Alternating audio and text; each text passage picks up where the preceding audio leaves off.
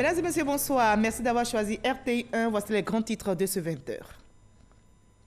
Le vice-président Daniel Kablan-Duncan a pris part ce lundi aux travaux de la Conférence internationale du travail qui coïncide avec le 100e anniversaire de l'OIT. La rencontre réunit les représentants des gouvernements, les employeurs et travailleurs. Il s'attelle à adopter les normes en matière de travail, d'emploi et de protection sociale.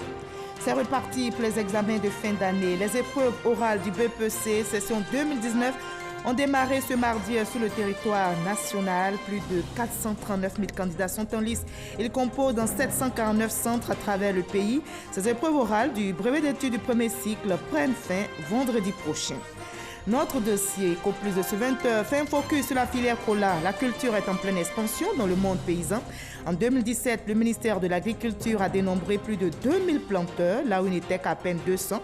La noix de cola fait partie des produits de plus en plus exploités. Alors, comment expliquer cet intérêt? Réponse tout à l'heure. Le Mali est sous le choc après le massacre de Sobané en pays d'Ogon qui a fait 95 morts ce dimanche. Le président Ibrahim Boubacar Keïta appelle à l'unité de tous les Maliens. Ce mardi, il a dépêché son premier ministre Boubou Cissé dans le village martyrisé en vue d'apporter le réconfort de l'État aux populations. Soyez les bienvenus sur RTI 1. C'est reparti pour les examens de fin d'année en Côte d'Ivoire. Les épreuves orales du BEPC session 2019 ont démarré ce mardi sur tout le territoire. 439 529 candidats sont en lice. Ils composent dans 749 centres à travers le pays. Et ces épreuves orales du brevet d'études du premier cycle prennent fin vendredi prochain. Les épreuves écrites débutent le 17 juin. Pierre Dipomelin, Godefroy Kambawa. Lycée classique, 8 heures, c'est encore la mise en place. Brigitte Amouakon, chef de secrétariat du centre, organise son équipe et procède à la remise des épreuves aux interrogateurs.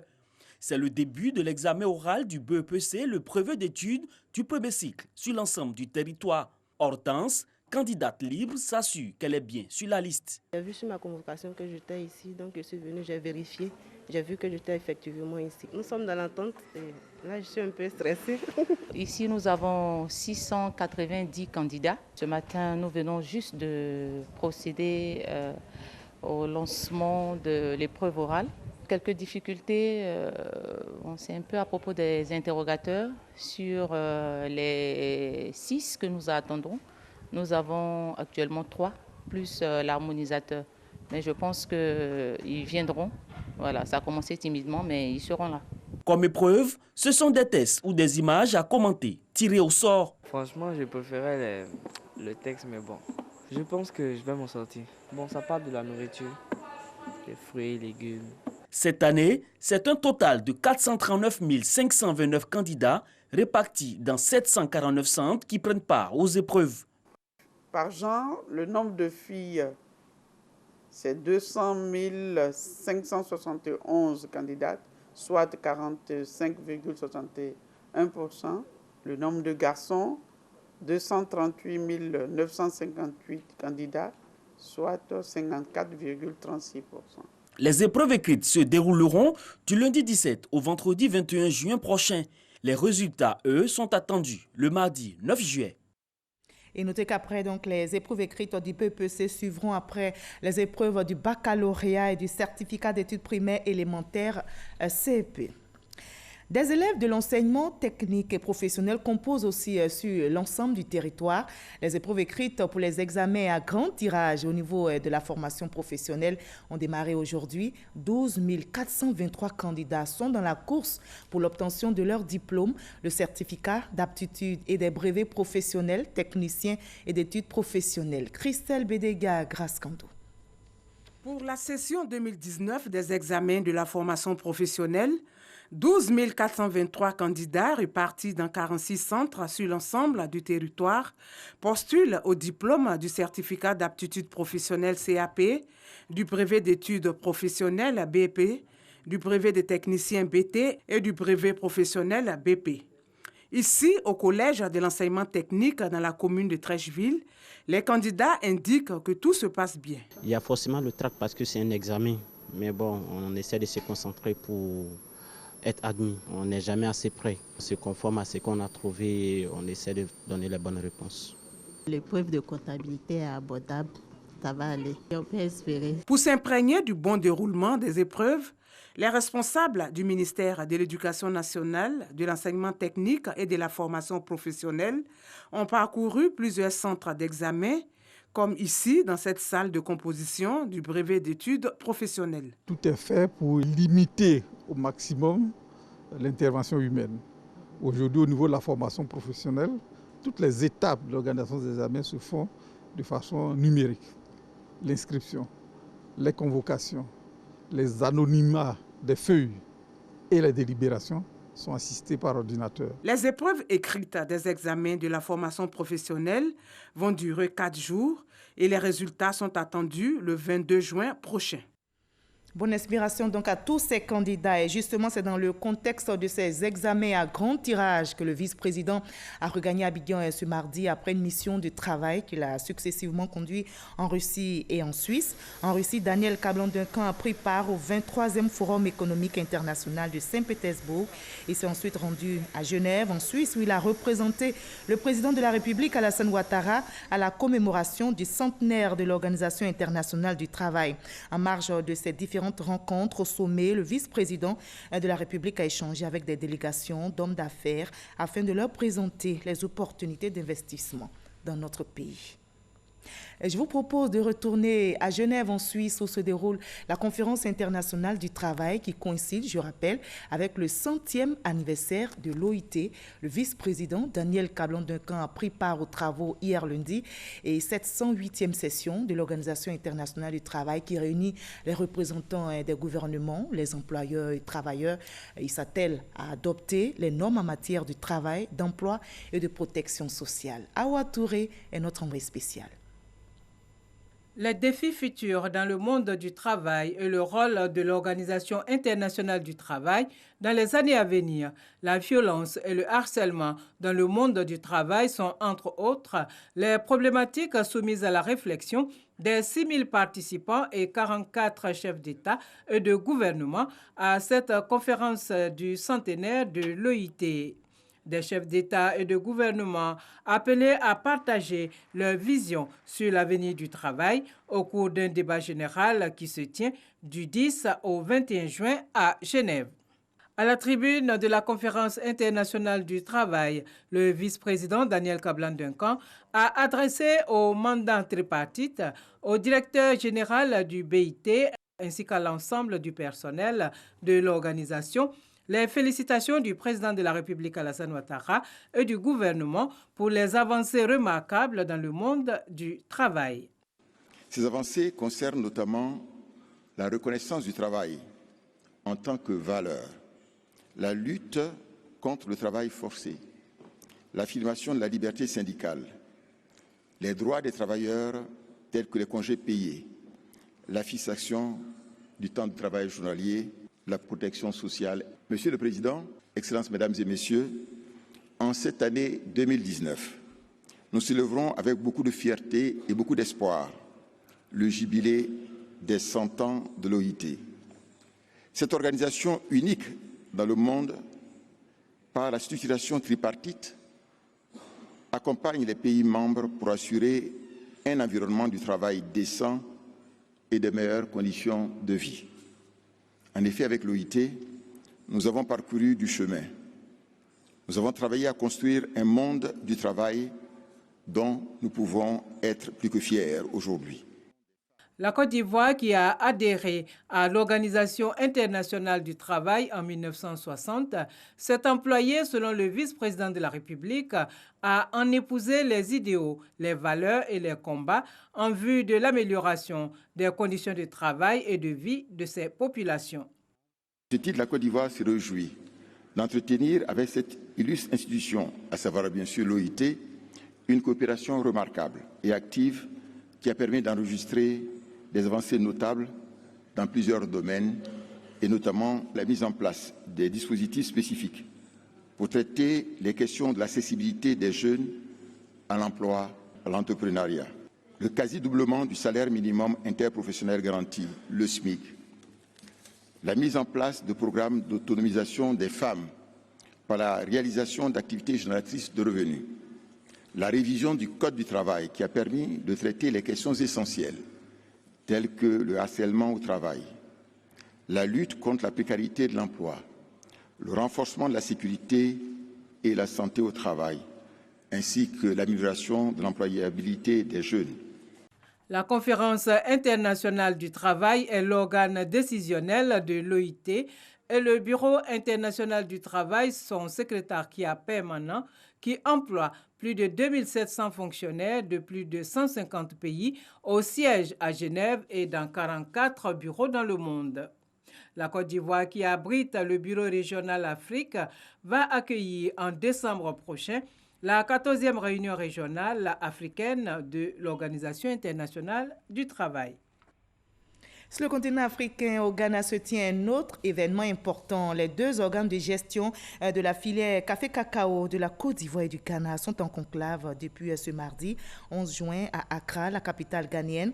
Le Conseil café-cacao des deux pays sont réunis dans le cadre de la mise en œuvre du plan stratégique relatif à la déclaration d'Abidjan des chefs d'État ivoiriens et ghanéens de mars 2018 sur l'économie du cacao et une meilleure rémunération des paysans. Vous en saurez davantage dans le reportage de notre envoyé spécial au Ghana, Jean-Louis Bambo. Toujours dans le domaine agricole, notre dossier Éco Plus de ce 20h fait un focus sur la filière cola. La culture est en pleine expansion dans le monde paysan dans notre pays. Elle connaît un engouement vu le nombre croissant de producteurs ivoiriens. En 2017, le ministère de l'Agriculture a dénombré plus de 2000 planteurs, là où il n'était qu'à peine 200. La noix de cola fait partie des produits de plus en plus exploités. Alors, comment expliquer cet intérêt? Élément de réponse dans le dossier Éco Plus, signé ce soir, Noël Niagno.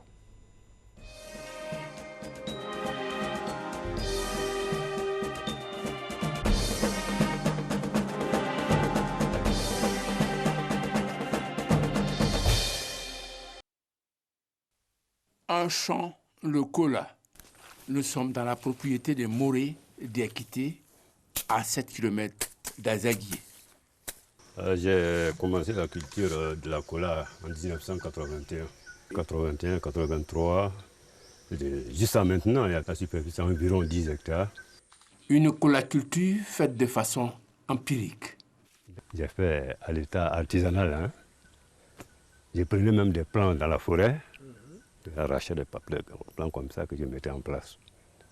J'avais un peu de tout. En tout cas, je n'ai pas fait de sélection. Aujourd'hui, les données ont changé. Une nouvelle génération de producteurs est née.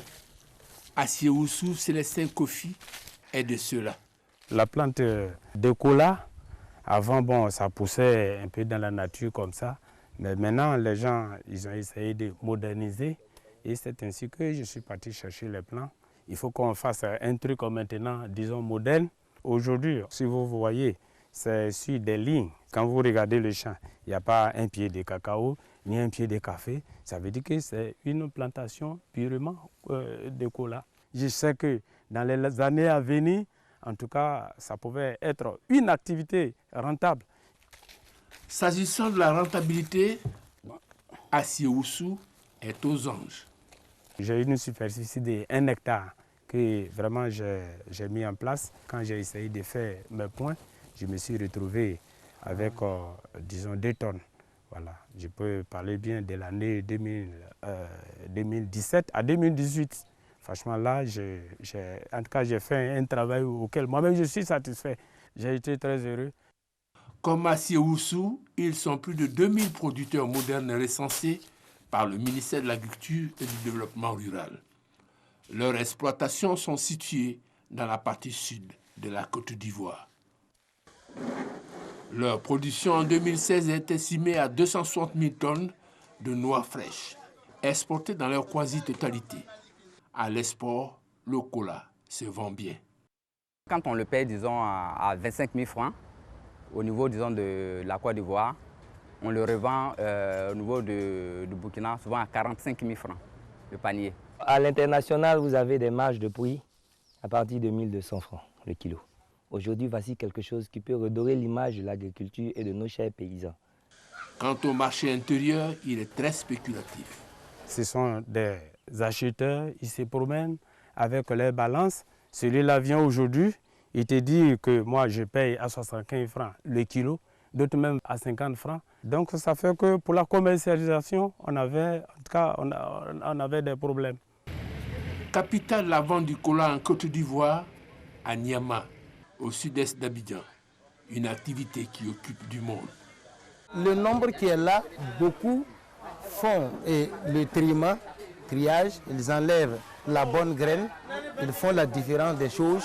Et il y a d'autres aussi qui coupent, comme vous les voyez, il y a d'autres qui sont chargés d'attacher. Et il y a d'autres, n'est-ce pas, qui sont spécialisés de bien prendre le ramet pour bien encadrer, faire un panier pour que la feuille là puisse être posée et que la cola soit mise dedans. Mais c'est quoi le cola de qualité et quel est son impact sur le prix de vente? Une cola de qualité, donc vous voyez, elle est sans défaut, il n'y a pas de bêtes dans les noix. Donc cela, c'est bien demandé, c'est une bonne qualité comme ça. Le premier producteur mondial veut rendre visible et lisible la filière. Depuis 2017, un processus de mise en place d'une interprofession fait son chemin. Les acteurs ont célébré leur décret hissant le cola au rang de produit de rente. Il y a un décret, disons, qui est sorti, disons, qui appuie désormais que l'État reconnaît la filière cola. Cette culture de rente est porteuse d'espoir pour les jeunes générations parce que moins exigeante. Il faut savoir que la plantation de cola est plus facile à gérer que celle du cacao. Au niveau du nettoyage, au niveau de l'entretien du champ, au niveau de la main-d'œuvre. Parce que la noix de cola, c'est une culture pérenne qui supporte bien les intempéries. Autre avantage à mettre au compte du cola, le délai d'entrée en production. Les plants sélectionnés.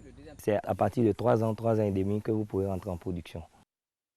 Au-delà de tout, le cola est prisé pour son utilisation dans la fabrication des boissons gazeuses et ses vertus médicinales.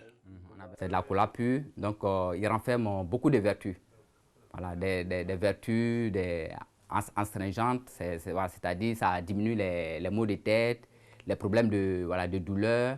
Ça nettoie aussi, disons, le sang. La cola mentholée, bon, pour des personnes, disons, qui sont asthmatiques, des gens, disons, qui sont grippés, en le prenant, vraiment, ça leur permet, disons, de retrouver une respiration normale. Voilà la somme d'éléments qui expliquent le regain d'intérêt afin de mieux exploiter tout le potentiel de la filière cola. Voilà, filière cola, l'engouement des producteurs, un dossier réalisé par Noël Gnagno, et ajouter que le ministère de l'Agriculture et du Développement rural dénombre que la production annuelle de la noix de cola depuis 2016 se chiffre à 260 000 tonnes et le nombre de producteurs s'élève à 2000. La Guinée équatoriale accueille la 54e édition des assemblées annuelles de la BAD, la Banque africaine de développement. La rencontre s'ouvre officiellement demain mercredi 12 juin à Malabo en présence de plusieurs chefs d'État africains et membres du gouvernement. Et plus de 3000 délégués de la banque et plusieurs médias venus des 4 coins du monde vont prendre part à ces assises. Mais quels sont les enjeux et éléments de réponse avec notre envoyé spécial, Cheikh Koné. Après 2 années d'affilée hors de l'Afrique, en Inde et en Corée du Sud, les assemblées annuelles de la Banque africaine de développement sont de retour sur le sol africain. La Guinée équatoriale est le pays hôte de ces 54e assises. C'est le centre de conférence Sipopo d'une capacité de 2000 places de la capitale Malabo qui va abriter ces 5 jours de réflexion de haut niveau sur l'avenir de l'Afrique. Un avenir confronté à plusieurs défis majeurs résumés dans les 5 grandes priorités de la BAD, à savoir éclairer l'Afrique, la nourrir, l'industrialiser, améliorer la qualité de vie de ses populations et enfin l'intégrer. Eh bien, comment stimuler les échanges commerciaux entre les pays africains afin de leur permettre d'accélérer leur croissance? C'est tout le sens de ces assemblées dont le thème pour cette édition porte sur l'intégration régionale, gage pour une prospérité économique de l'Afrique. Et pourquoi c'est très important de voir la situation de l'intégration régionale? Si vous voyez partout dans le monde, tous les pays qui ont la croissance très forte, ce sont les pays qui se retrouvent dans les zones où il y a l'intégration régionale. Vous prenez en Europe, par exemple, le taux d'intégration régionale, c'est 70%. Vous prenez quand même en Afrique, c'est presque 18%. Donc c'est très important, on ne peut pas avoir la croissance qu'il faut pour l'Afrique sans avoir l'intégration régionale. Quelques 3000 participants, notamment des ministres des Finances, des gouverneurs de banques centrales, des décideurs, des groupes de la société civile, apporteront durant ces jours des pistes de solutions à la question de l'intégration. Surtout que l'accord de libre-échange continental africain, ZLECA, récemment ratifié, entrera en vigueur en juillet prochain et devrait ainsi créer la plus grande zone de libre-échange au monde. Ici en Côte d'Ivoire, la société ivoirienne de raffinage s'attelle à la prévention d'éventuels incendies. Sur son site, la CIR a effectué ce mardi son traditionnel exercice de simulation d'incendie. Et cet exercice, conjointement mené par le GSPM, la police, la gendarmerie et le SAMU, a porté sur la prise en charge d'un feu déclenché sur la ligne de dégazage vers les torches allumées. Et grâce au savoir-faire des secouristes, le feu a été rapidement circonscrit. Faut-il le rappeler, un incendie, mais cette fois un vrai, s'est déclenché le 31 mai dernier, vous vous souvenez, à la CIR. Le feu a été vite maîtrisé. On l'a appris dernièrement, le cimetière de Williamsville est temporairement fermé aux opérations d'inhumation. Et la nouvelle est tombée le 8 juin à minuit, et ce pour une période de 2 ans. Raison évoquée par le district autonome d'Abidjan, la réhabilitation et la mise à niveau de ce cimetière vieux de plus d'un demi-siècle. Les travaux sont en cours sur les cimetières de Yopougon et d'Abobo qui devront prendre le relais après la fermeture de celui de Williamsville. Grâce Kando. Le cimetière de Williamsville dans la commune d'Adjamé fermé pour réhabilitation est mis à niveau sur une période de 2 ans. C'est une très bonne chose parce que le coin commence à devenir petit de la manière les gens meurent. C'est comme ça les gens naissent. C'est un gros village pour tout le monde. C'est un village incontournable. Là, il faut améliorer le cadre. La mesure de fermeture ne concerne pas les inhumations réservées et affectées aux communautés villageoises d'Agban-Adjamé et d'Abidjan-Adjamé. Durant la période des travaux au cimetière de Williamsville, les cimetières de Yopougon et d'Abobo restent opérationnels. Le cimetière d'Abobo est le plus grand cimetière de la place du district autonome d'Abidjan. Il a une superficie de 56 hectares. Nous avons 37 carrés d'inhumation. Et en termes de superficie, il est plus grand que le cimetière de Williamsville. En plus de ce cimetière, vous avez le cimetière de Yopougon, qui a une superficie d'environ 28 hectares. Il a environ 24 carrés d'inhumation. Et à ce niveau-là, il n'y a pas de problème d'espace d'inhumation pour, je dirais, recevoir les corps des défunts qui seront inhumés ici. En plus de la réhabilitation et la mise à niveau du cimetière de Williamsville, le district autonome d'Abidjan veut se doter d'un cimetière moderne de 100 hectares à Adiapodoumé dans la commune de Songon. Le district autonome d'Abidjan annonce pour bientôt la réouverture des cimetières de Koumassi et de Port-Boué. Nouvelle plus guère pour les populations. Le PS-Gouv, le programme social du gouvernement, est en marche dans les différentes régions. C'est la fin donc de Calvaire pour les 5000 âmes de Yériko, un quartier de la commune de Boisflé. L'eau potable, source de vie, est désormais disponible pour la population. L'attente aura duré, tenez-vous bien, 44 ans. Leur forage, dont d'un cadre de la localité en soutien aux actions du gouvernement, est maintenant fonctionnel. Kader Sokotogo. Manifestation de joie des populations avec à leur tête des femmes et des enfants soumis très souvent à la corvée d'eau. Ici, c'est Yirikro, un quartier de Boisflé qui a reçu ses premiers habitants en 1975. Aujourd'hui, ils sont autour de 5000. Il aura fallu 44 ans d'attente pour voir enfin de l'eau potable jaillir d'un forage. Dès que les enfants arrivent à partir de midi, les enfants sont obligés d'aller chercher de l'eau à 5 km de la ville de Boisflé pour pas venir pour donner ça aux parents. Alors l'eau même d'abord, c'est pas possible. Ça a une couleur quelconque. Une fois l'eau consommée, c'est la maladie à ne point fini. C'est un fils de la région qui a toujours rêvé d'apporter cette joie à ses parents. Aujourd'hui, avec un peu de moyens, il a pu réaliser son rêve. Je soutiens cette initiative du président de la République et nous allons nous battre corps et âme avec le peu de moyens que nous avons pour pouvoir satisfaire toute une population à Boisflé et surtout dans la région de la Maraoui. Désormais, à Yirikro, place à l'émotion et à la joie. On ne peut rien dire, mais tout ce qu'il a fait, vraiment, Dieu voit ça. Prier, ce jour-là, on n'est pas allé au champ. Prier, et l'eau est sortie. C'était notre joie. Notre joie. Cette joie-là, on ne peut pas l'oublier. Parce qu'auparavant, quand l'eau manque à Boisflé, c'est dans les rivières, en brousse, que les femmes vont. Je vais plus Chifri pour aller au Marigot. Merci Chico. Oui, fait le parcours pour l'eau du Marigot. Place maintenant à de l'eau potable. Cette joie donne ceci. Et cette joie donne ceci parce que l'eau est source de vie. Dans l'actualité politique en Côte d'Ivoire, le porte-parole principal du RHDP, Kobena Kwasi Adjoumani, vient de prononcer une conférence. Il a évoqué l'actualité politique nationale. Le porte-parole principal du RHDP, soutenu par des cadres du parti, a donné la position du RHDP sur les positions affichées par le PDCI RDA sur l'actualité ivoirienne. Je vous propose un extrait de l'intervention du porte-parole principal du RHDP, Kobena Kwasi Adjoumani, au micro d'Herman Guivé. Ce qui nous préoccupe au sein du RHDP, c'est la Côte d'Ivoire, c'est la paix, c'est la stabilité, le développement et l'épanouissement de toutes les populations vivant sur les 322 462 km² du territoire ivoirien.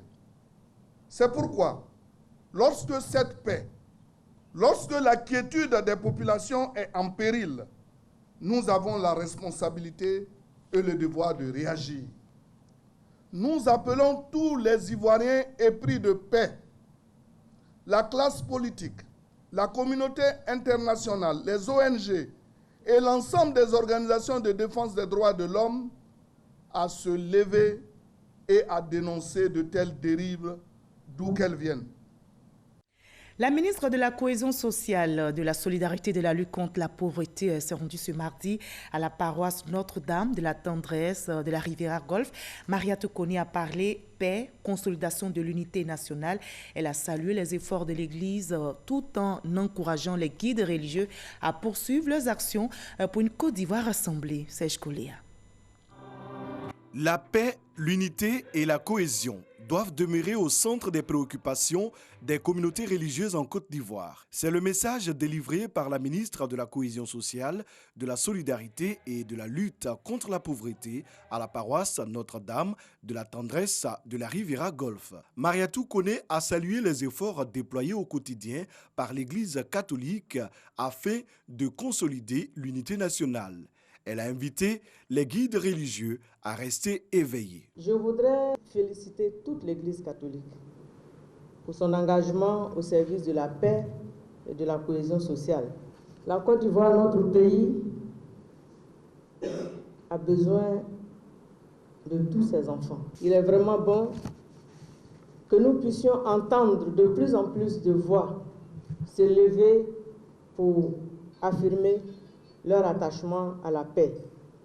Mais il est également bon de voir de plus en plus de gestes concrets, de gestes visibles pour la paix en Côte d'Ivoire. Le père Norbert Abékan, curé de la paroisse Sainte-Famille de la Riviera 2, a réaffirmé pour sa part tout l'engagement du clergé à accompagner la ministre dans sa noble mission. Je voudrais profiter de ce micro pour féliciter d'abord Madame la ministre pour tout ce qu'elle fait, tout ce qu'elle réalise. Et moi, je crois que nous, les guides religieux, nous devons lui emboîter le pas.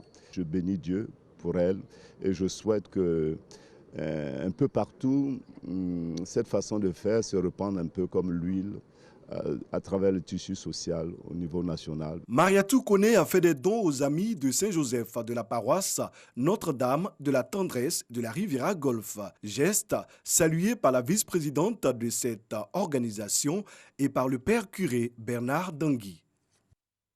Au de la Côte d'Ivoire, le Mali est sous le choc après le massacre de Sobané en pays d'Ogon qui a fait 95 morts hier dimanche. Avant-hier dimanche, le président Ibrahim Boubacar Keïta appelle à l'unité de tous les Maliens. Ce mardi, il a dépêché son premier ministre Boubou Cissé dans le village martyrisé en vue d'apporter le réconfort de l'État aux populations et s'imprégner du dispositif de sécurité qui a été renforcé sur place.